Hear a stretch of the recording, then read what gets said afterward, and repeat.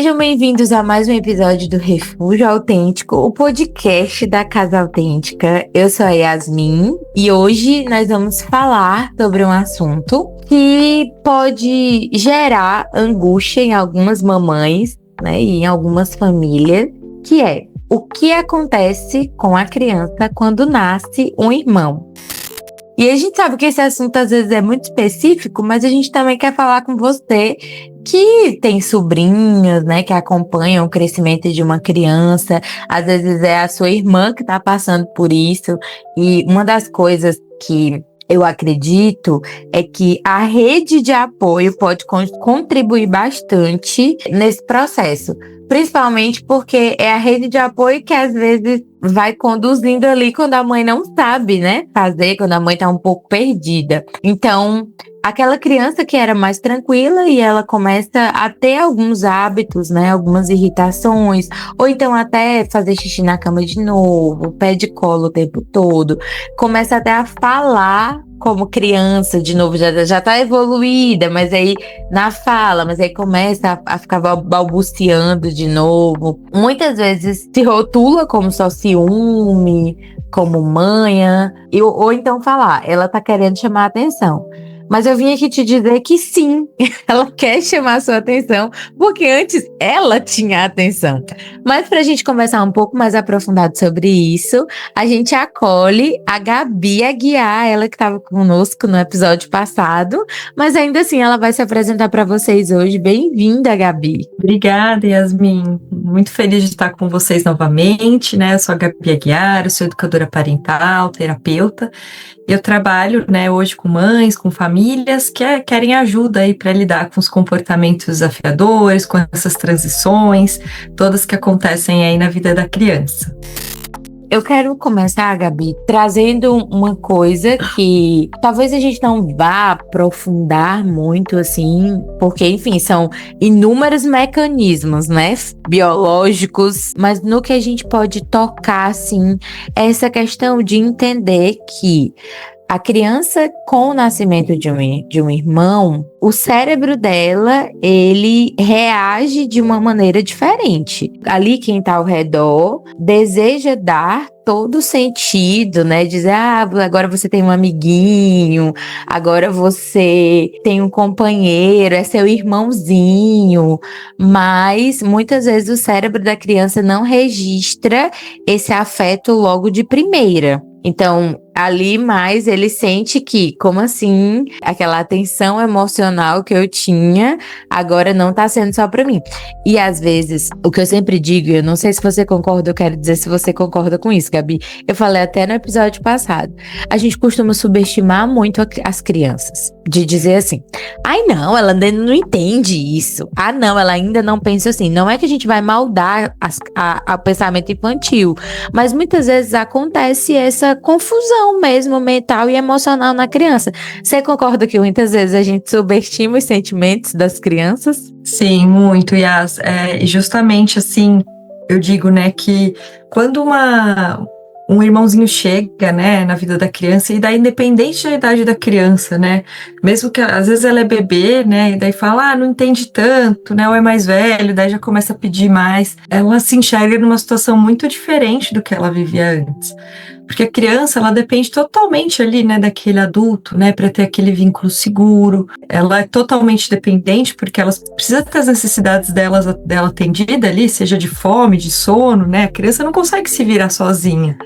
E de repente chega mais uma pessoinha ali, mais um bebê ali para disputar esse espaço com ela. Então por isso que ela entra aí nesse estado mais, que a gente fala que é um estado de alerta, porque ela busca, né, por esse vínculo, né? A gente fala muito da teoria do apego seguro, que é tão importante, né? Ela criar esse vínculo com uma conexão emocional forte ali com o pai, com a mãe, né, com o cuidador principal, seja quem quer que seja.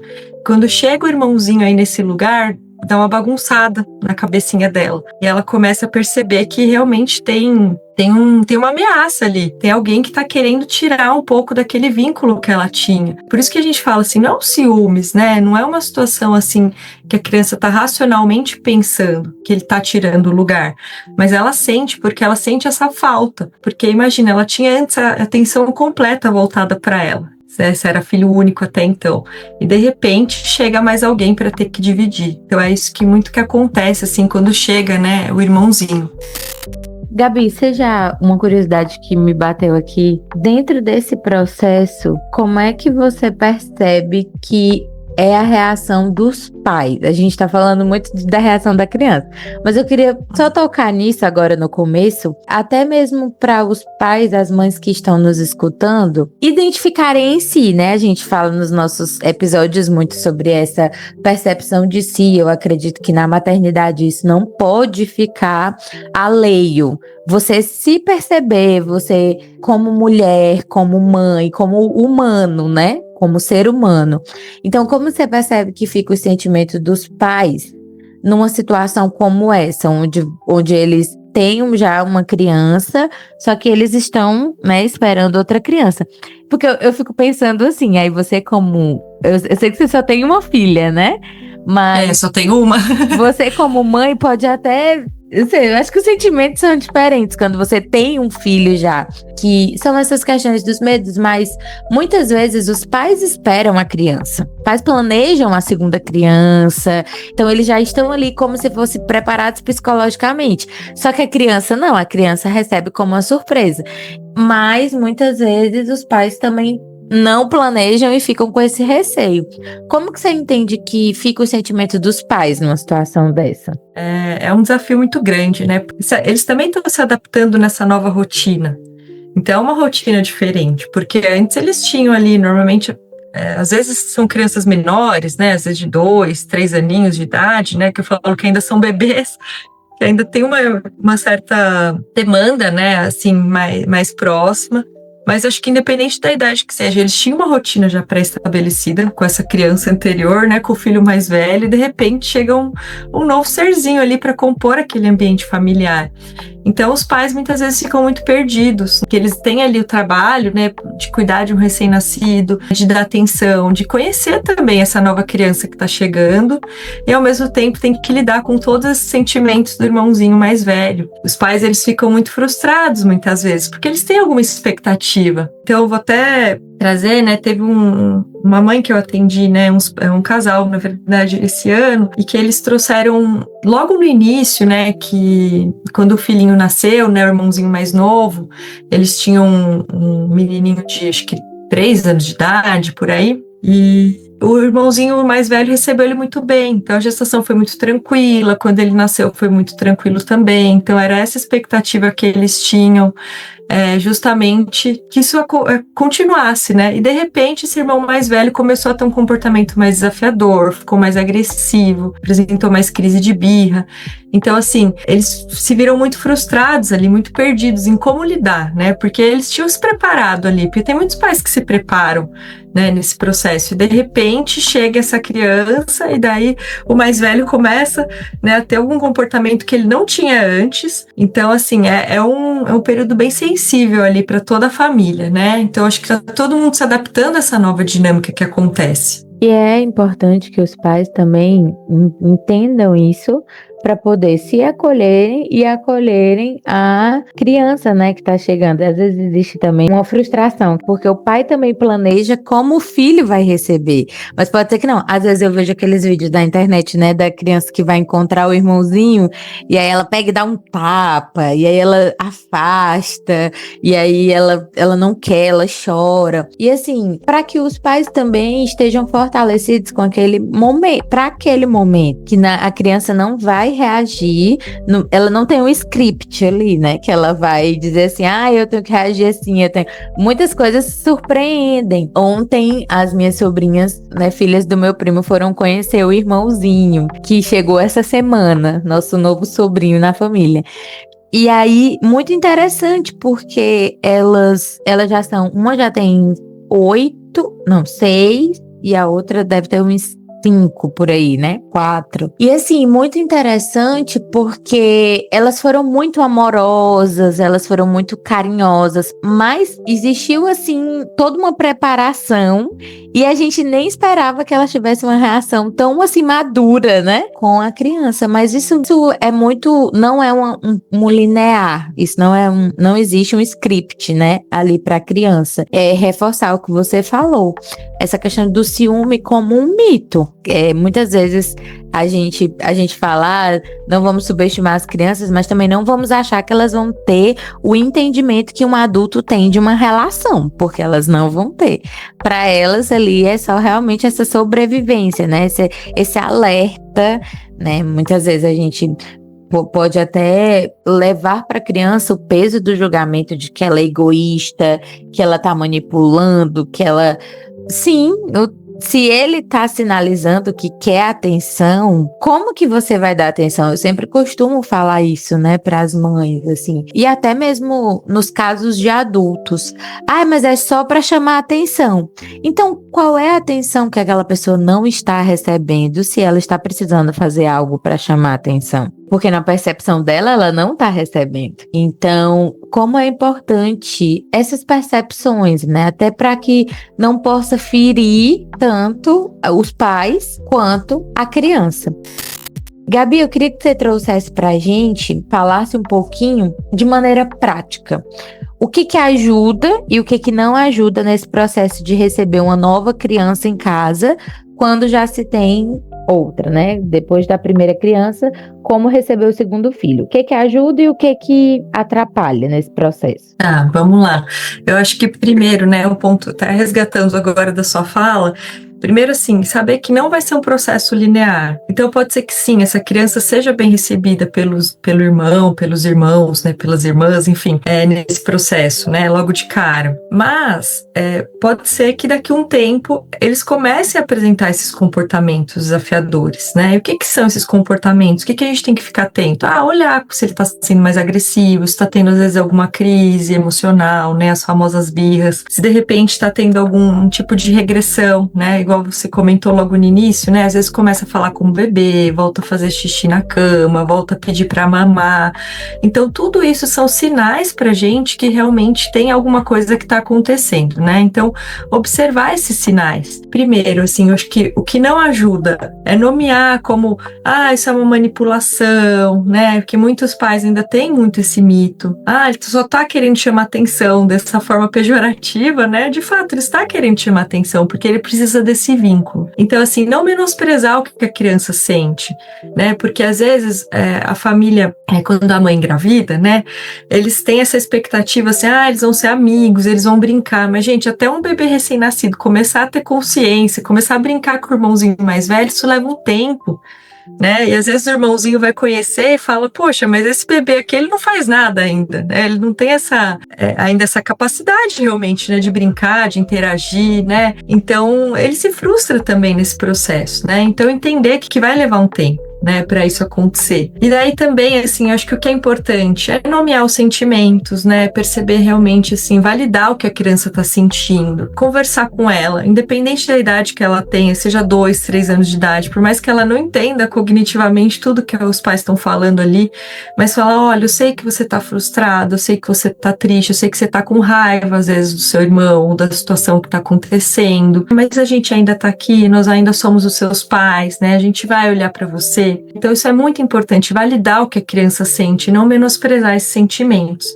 Uma outra coisa que eu falo também, tentar, né, com que esses pais, né, principalmente a mãe, que acaba sendo mais demandada ali nesse início, né, com um bebezinho recém-nascido, né, por conta de amamentação, muitas vezes, né, enfim, essa série de cuidados aí, tem um momento exclusivo com esse irmão mais velho, então que consiga realmente ter, então, nem que seja, sei lá, todos os dias, às vezes, um ritual ali, tipo, de colocar pra dormir, de dar banho, sabe? De sentar para brincar um pouquinho enquanto o outro tá tirando uma soneca. São momentos importantes ali para essa criança perceber, olha, minha mãe ainda tá aqui, né? Minha mãe ainda tá me olhando, Então, claro, reduziu a atenção que eu tinha, mas ela ainda consegue ter esse momento exclusivo. E eu acho que essa questão do tempo exclusivo, isso vale para qualquer idade, né? Não só quando o bebê recém-nascido chega, porque as crianças têm necessidades diferentes ali. Então, acho que é algo importante da gente olhar também. Também acho que um outro ponto importante, né? Evitar esse tipo de comparação, muitas vezes. Então, olha, né?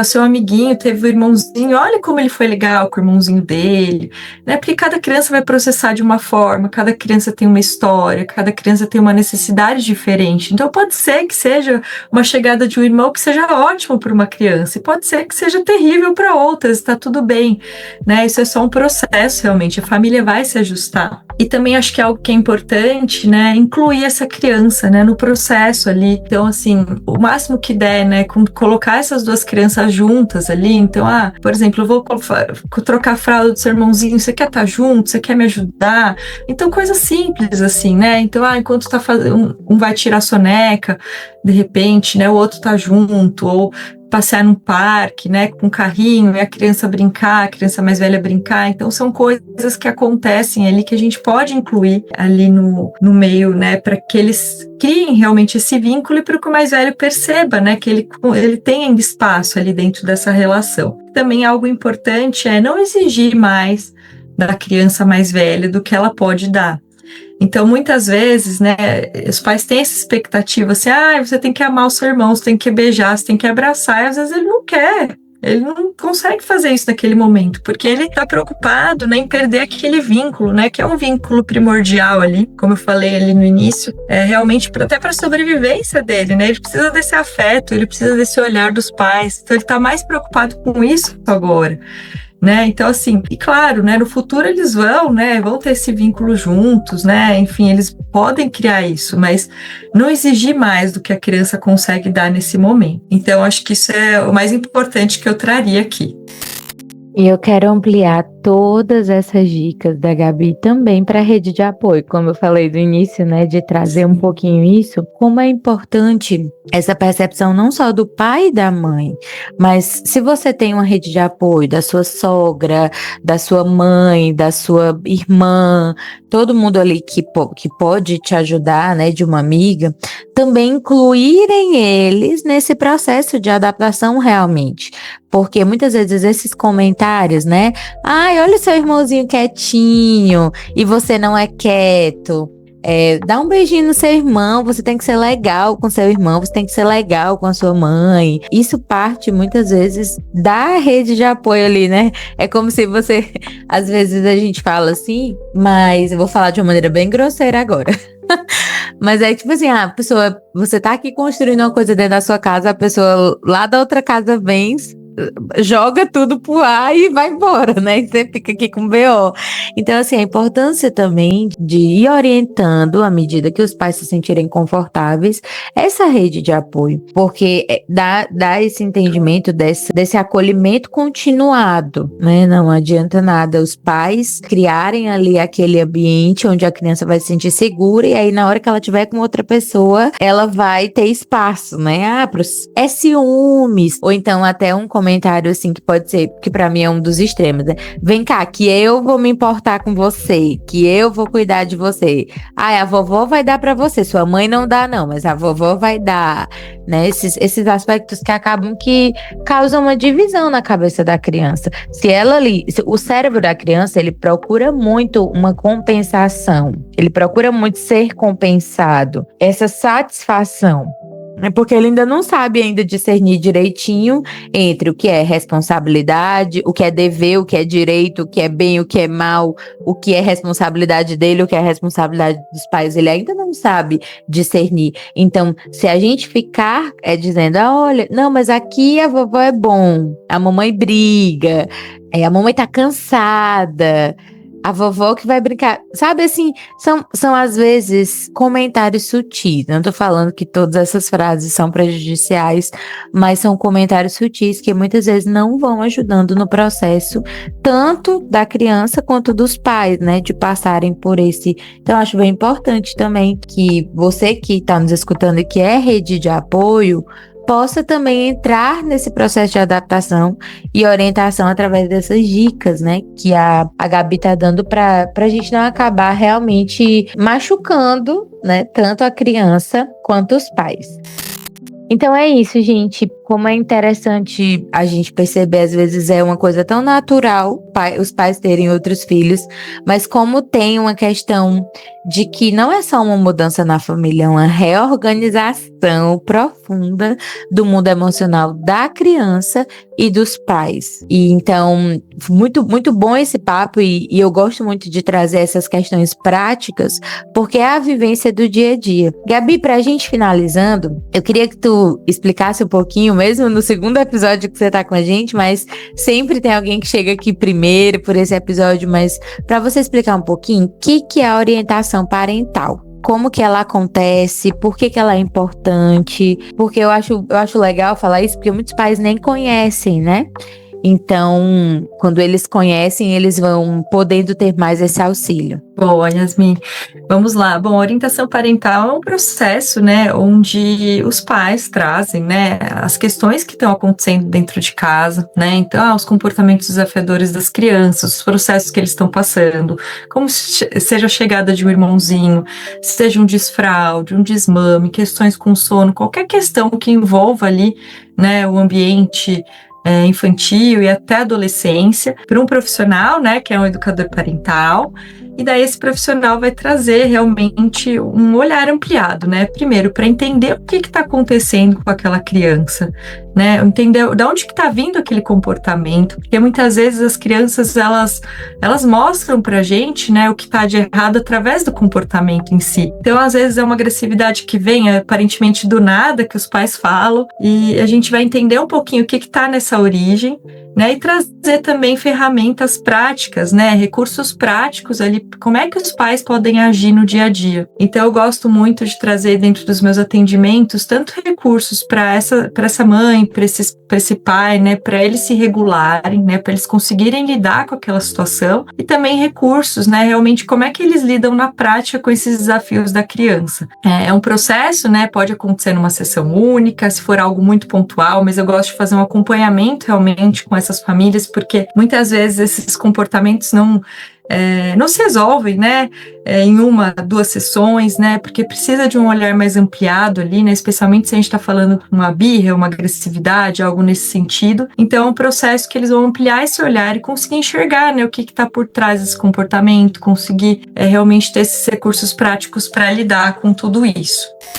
Então, para você que está nos escutando, receba essa dica amorosa da Casa Autêntica. Nós também realizamos, né, orientação parental aqui na casa, mas se porventura você quiser uma sugestão de outro profissional, maternar com Gabi Aguiar, aqui o contato, né, dela, porque realmente, desde que a gente começou, e particularmente eu não faço orientação parental, mas desde que eu comecei a ter contato com você, com a Gio, que é a nossa psi que faz aqui na Casa Autêntica, eu vou entendendo quanto é importante que os pais muitas vezes busquem as referências certas para serem orientados. Informações a gente tem inúmeras no Instagram, TikTok, tudo enquanto.